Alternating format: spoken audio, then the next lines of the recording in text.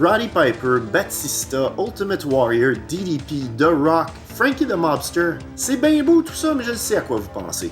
Quand est-ce qu'on va parler de la carrière cinématographique du plus grand lutteur de tous les temps, Hulk Hogan? Ben ça commence aujourd'hui. S'il y a bien un lutteur qui n'a pas besoin de présentation, c'est bien le grand Hulk. C'est sans contredit le seul lutteur que n'importe qui, n'importe où dans le monde, peu importe l'âge, fan ou non de lutte, va instantanément nommer si on demande le nom d'un seul lutteur. C'est une icône de la pop culture et il transcende sa discipline artistique. Hogan a frappé l'imaginaire collectif et a su profiter de son exposition médiatique au moment où les projecteurs les plus brillants étaient braqués sur lui. Hulk Hogan sera pour toujours synonyme de lutte. Normal donc de penser qu'un super-héros du ring plus grand que nature pourrait réussir à facilement transiter de médium vers le cinéma, immortalisant ainsi sa personnalité et son charisme dans les meilleures conditions imaginables. Évidence, me direz-vous? Parfait! Allons-y avec la pièce à conviction A, L'Ultime Menace, sortie en 1998. Oh yeah, le bon vieux logo d'Alliance Vivafilm. On dirait qu'on va regarder un vrai film. Puis comme si c'était pas assez, on a des titres faits avec du métal. Bon ok, sauf pour la version française, là, on dirait que personne ne savait comment les faire. Ça commence un peu comme dans Commando. Mais si Arnold avait eu les cheveux de Homer sur le dimoxynil, hey franchement, ça jure, y a-tu quelqu'un qui a regardé Ultime Menace sans connaître Hulk Hogan qui s'est dit que c'était vraiment les cheveux de l'acteur? Si seulement je pouvais vous dire qu'il s'agit de la pire prothèse capillaire qu'Hogan va avoir dans sa carrière. Mais non. Il est sans doute trop tard pour vous dissuader. Vous êtes sûr de ce que vous faites? Hey, pis c'est quoi les cris? C'est un enfant qui pleure ou du saxophone? Oh shit, Daniel Pilon, un acteur québécois? Ok. C'est comme pour Coors, il est reconnu pour sa douceur et son caractère légendaire. Je me demande comment il a eu ce gig-là, lui. Oh, attendez, Karl Marotte? Pierre Lambert dans L'Anse et Compte? Coudon, ce serait-tu un film québécois? Avoir les noms, moi je pense que oui. Non! Non! Ok, fait que c'était un rêve? Ou un flashback? Ou un mensonge? Avec Hogan, on sait jamais. Anyways, on rencontre Hogan, alias Ben Cutter, un soldat de fortune, le meilleur. Il est doué, c'est vrai. Notez qu'encore une fois, Hogan interprète un personnage qui a un nom d'une seule syllabe. Ben Cutter. Rip, RJ, Shep, Sean, Ray, Mike, Joe, Dave et Zeus. Yes, Hercules, it is I. Je dis ça, je dis rien. Je sais pas, c'est peut-être plus facile pour lui. Chose est certaine, c'est que pour lui, des boutons, ça sert à rien. Et cette grange, ça avance? Ce sera bientôt fini. J'ai plus que le toit à faire. Oh shit, il est doublé par Yves Corbeil! Yes! Les indices d'un film produit au Québec s'accumulent. Attention! Ben oui, Hogan, c'est une boîte pleine d'ego de gens qui haïssent la AEW. C'est fragile, ça. Hogan sort son meilleur air de bœuf et se prépare à aller faire une intervention avec des gars de l'ONU pour détruire une cargaison d'armes destinée au terrorisme international. Je peux donc dire adieu au week-end en amoureux que nous avions projeté? Encore un film où un héros doit choisir entre une femme qui l'aime beaucoup trop, Excuse-moi de ne pas être folle de bonheur, j'avais juste envie d'être un peu avec toi. mais qui l'exprime de façon passive-agressive, J'y peux rien, ça me rend heureuse. ou sauver le monde. Si tu souhaites aller te faire trucider pour un autre, eh bien tu es libre. Attention, it's a trap! Tu fuis tes responsabilités envers ta fille. Tu fuis au lieu d'affronter la vie. Dude, il vient de te bâtir une grange! Tu sais, il n'y a pas que toi qui puisse ficher le camp. Ah ouais, on peut s'en aller. Mon Dieu, dérangez-vous pas pour moi. Let's go! Hogan se rend au camp des forces spéciales, mais c'est quoi ces intertitres-là? Ça a-tu été fait par un enfant de 6 ans? Où Hogan rencontre son boss, Top. T'as l'air crevé. Bien parlé, toi, t'as 3 ans de plus qu'Hogan dans la vraie vie, on dirait que tu reviens de prendre une grosse poutine à la banquise si t'as besoin de manger des Tums. C'est rien à côté de toi, Top. Oh wow, la répartie, toi, chose. Pas mal. Il rencontre les gars de l'ONU, dont leur colonel, avec la belle voix locale de Pierre Chagnon, à qui il explique son contrôle créatif à la WCW. Je reçois des suggestions et non des ordres. Vous n'êtes en aucun cas mon supérieur. Je n'obéis qu'à moi. Hogan donne à Top une copie de tous les lutteurs qui l'ont empêché de devenir des vedettes dans sa carrière. À ouvrir après ma mort. On rencontre le partenaire de Hogan, Cobra, Cobra est mort. alias Vince Dean. Il y avait qu'un seul Cobra et c'est pas lui. Il est à moi, ce nom de code, je le tiens de mon père. Donc Hogan et Vince vont faire équipe après que Hogan a travaillé avec le père de Vince. Ben, t'es encore moins futé que cet idiot-là, alors. Et on dirait que ça va bien aller. Ben, en service, je me nomme Rapace. Et tu commences à m'énerver, c'est clair? Il se cheste un peu avant de décider d'aller régler ça avec un petit arbre en arbre full contact. Je me demande ce qui est pire en rétrospective pour Hogan entre avoir mis over Jacques Rougeau ou Pierre Lambert. Je suis pas assez bien pour toi, Pierre Lambert. C'est ça, hein? Chinette sacrément. Clairement Jacques Rougeau. Hogan et Vince se rendent pour leur mission à Trebor en Serbie, alliance qui a l'air d'une carrière abandonnée à Sainte-Adèle, où Hogan nous prouve avec sa chevelure étincelante qu'il n'a aucun talent pour le camouflage. Coudon, il n'y a pas d'uniforme en Serbie?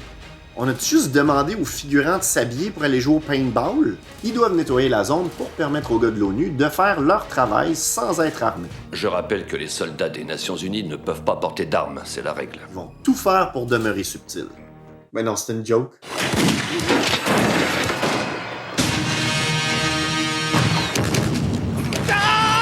Hey, y a-t-il quelque chose de plus mortel pour un méchant dans un vieux film d'action poche que de tomber dans l'eau tout habillé? Ah oui, peut-être ça. Parce que si je me fie à la micro-expression dans le visage de Hogan, il a l'air d'avoir mangé une shot sa gueule pour vrai. C'est correct, Hogan, on la refait pas, on continue. Mais oui, mais tire!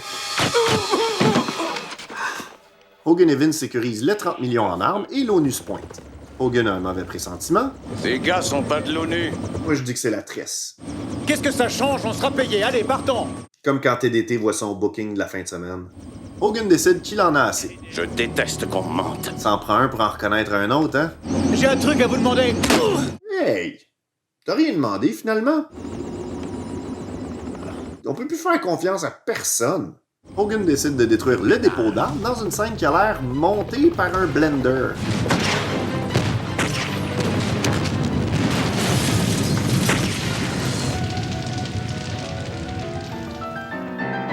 Oh yeah, Daniel! On dirait qu'on va avoir droit à un autre méchant avec la gimmick d'avoir de la classe. Il s'appelle McBride et c'est un dealer d'armes. Fait intéressant, contrairement à Karl Marotte qui est doublé par un autre, Daniel Pilon fait sa propre voix. Il va vouloir découvrir qui a saccagé sa livraison d'armes. Top est en crise après Hogan. Qu'est-ce que ton père t'a enseigné? Mêle-toi pas des affaires des autres, joue pas dans les machines vidéo poker, puis tire sur ta petite peau quand tu prends ta douche pour te laver le pénis. Toi, tu la fermes. Top paye les gars et renvoie Hogan. Tu peux dire adieu à ta carrière dans le métier. Pendant que McBride a une autre gimmick. Oui, on a compris, t'as de la classe. Hogan revient à la maison pour annoncer la bonne nouvelle à sa blonde. J'ai pris de sérieuses résolutions. J'abandonne ce boulot pour toujours. Mais Christ de menteur, t'as été viré. J'étais là, j'ai tout entendu. Veux-tu devenir ma femme? T'es qu'un salopard. Oh yeah, you go girl, des calices. Oui. Mais Hogan se rend chez la madame avec un chapeau fait en lace Poppable qui s'occupe de sa fille. Auriez-vous besoin de ceci? Coudon, y avais-tu volé ses ciseaux pour lui redonner quand elle en aurait besoin? C'est bien weird. Elle lui dit où trouver sa fille. Me semble que j'essaierais de le soulever. Vous êtes qui, vous? Le gars qui lui répond, lui, fait immédiatement de l'attitude. C'est quoi cette tendance-là des méchants dans les films d'action à faire de l'attitude aux gars qui ont la carrure à Hogan, qui sont clairement là pour leur dévisser la tête? Et puis, les choses accélèrent très rapidement à partir de là. Ah ça non, je te laisserai pas mon hache!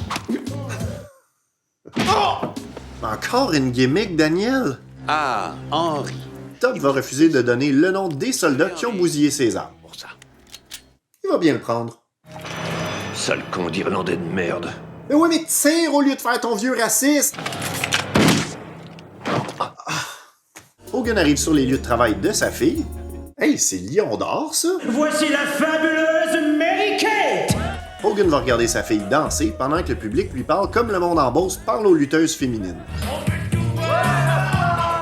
C'est quand même weird que le boîtier VHS, c'est Hogan avec sa fille qui strip en arrière. T'as gagné 2000 $ cette semaine?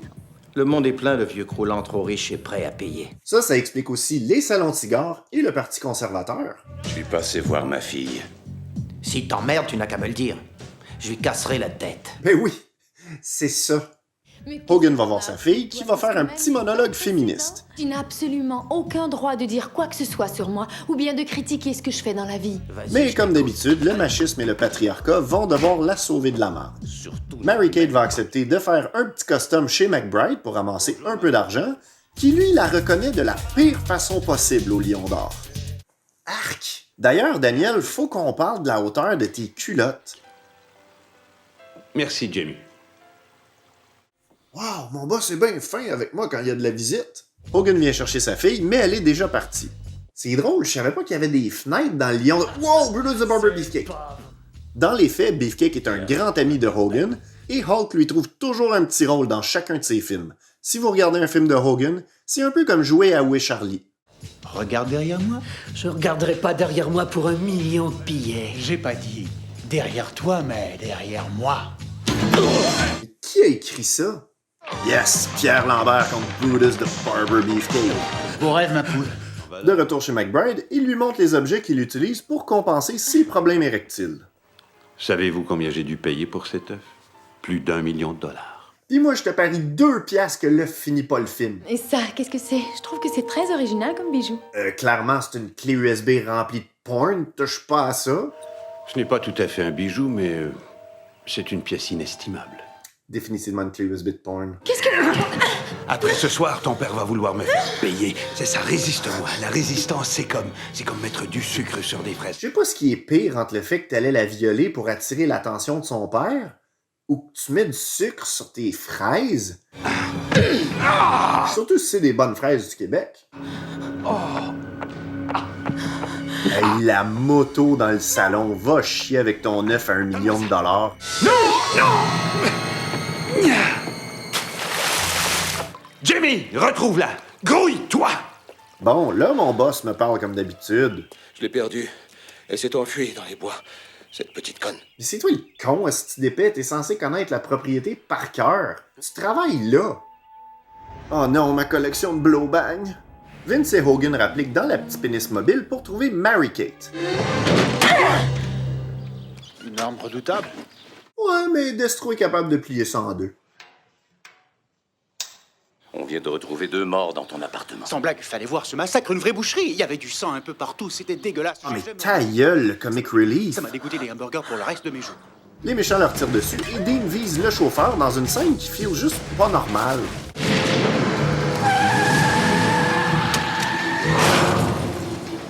C'est ce qui arrive quand on oublie de boucler sa ceinture.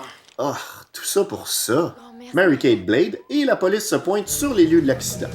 À noter qu'un des 2 policiers est joué par le comédien Mark Krupa, qu'on va connaître éventuellement comme le gars qui fait les pubs de Sleeman. Chaque bouteille de Sleeman a un passé obscur. Yup. Ils se font tuer par le méchant qui vole la voiture de police. Des crêpes, ça te plairait? C'est bien mieux d'être du sirop d'érable, ça. Du sirop Lambert.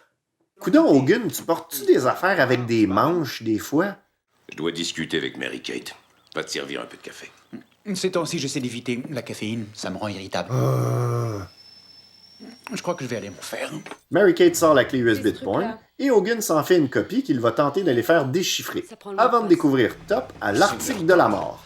Il lui donne l'adresse de McBride et Hogan mort à l'hameçon.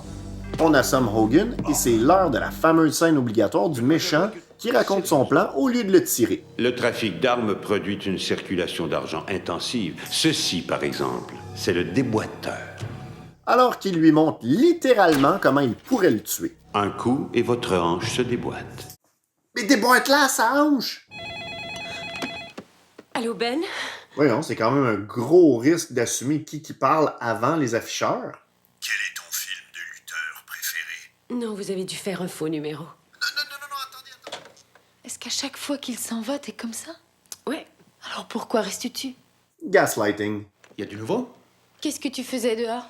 Oh, des trucs. Rien de spécial. J'étais clairement pas dans la haie à me masturber en te regardant te changer. Quoi? Oh, des trucs. Rien de spécial. Enfin, tu vois, je contrôlais le périmètre. McBride laisse Hogan seul avec un garde pour aller chez sa fille. Tu me le gardes en vie jusqu'à ce que je revienne, compris? Mais oui, mais brise les genoux avant de partir. Il n'y a que toi et moi. Je comprends que tu veux pas le tuer tout de suite, c'est correct, c'est justifié. Mais au moins, s'il se détache, il pourra pas se sauver nulle part. Voir que c'est le gars avec de l'empathie qui est obligé de t'apprendre à être un bon sociopathe. McBride quitte, on dirait Vince McMahon qui quitte Raw. Hogan se libère. Met un t-shirt avant de... Laisse faire. Hogan s'en va sans payer le parking de l'endroit où il a été kidnappé. Criminel. C'est gentil à eux d'avoir pensé à parker son truck et de pas avoir crevé ses pneus au cas où il se sauve. Vince se prépare à l'arrivée de McBride pendant que Laurie est forcée de constater qu'Hogan aurait dû finir le sous-sol avant de bâtir une grange. Bleu et jaune? Dude, t'as l'air d'Ariette la petite espionne. Vince! Vince est surpris et doit se mettre à l'abri. Oh yeah! Je veux dire, oh non, go Vince. Hey, tu nous le dis si on te dérange en dude, y a personne qui te force à être dans le film. Bon, il reste plus d'espoir, les cartes sont contre Vince, il peut plus s'en sortir, c'est terminé. Il ne reste qu'une chose à faire. Deus Ex Machina.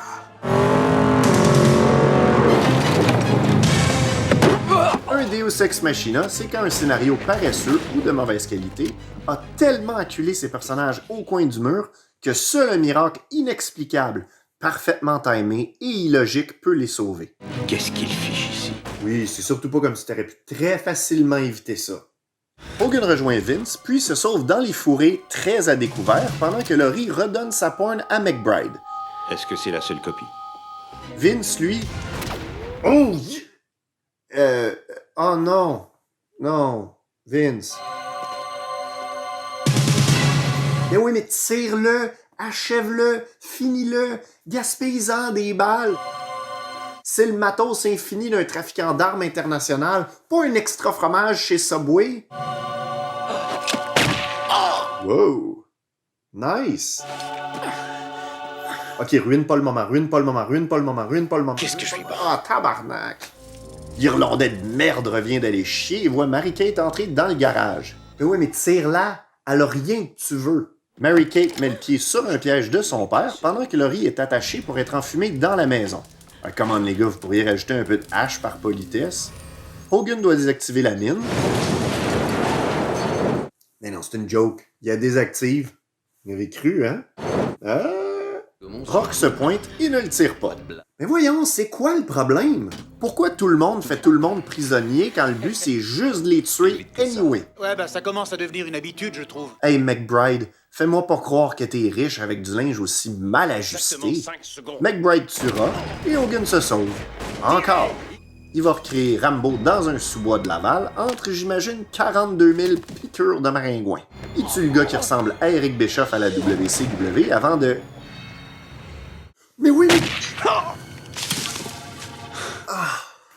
Hogan arrive à temps pour sauver Laurie qui doit être rendue complètement gelée en défonçant la porte. Hogan a vraiment un problème avec les portes dans l'ultime menace. McBride, lui, a pris Mary-Kate en otage. Encore. J'ai quelqu'un avec moi qui voudrait vous dire bonjour. Ouh, j'espère que c'est ton frère Donald. T'as envie de faire l'amour? Même pas! Ben oui, mais Chris! À vous de choisir. Propre et vite, ou long et déplaisant. Hey yo, chill, parle pas de ma vie sexuelle de même, je t'ai rien fait.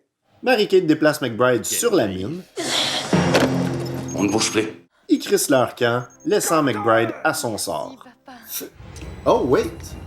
Le méchant de tantôt dans le char de police prend son 5 Hours Energy. Calice, dude. Subtil. Hey, une fois, c'est la police qui voulait rentrer dans Hogan. Hogan s'est tassé et est rentré dans le mur. Hey. C'était bon, hein? Frais, local, digne du panier bleu.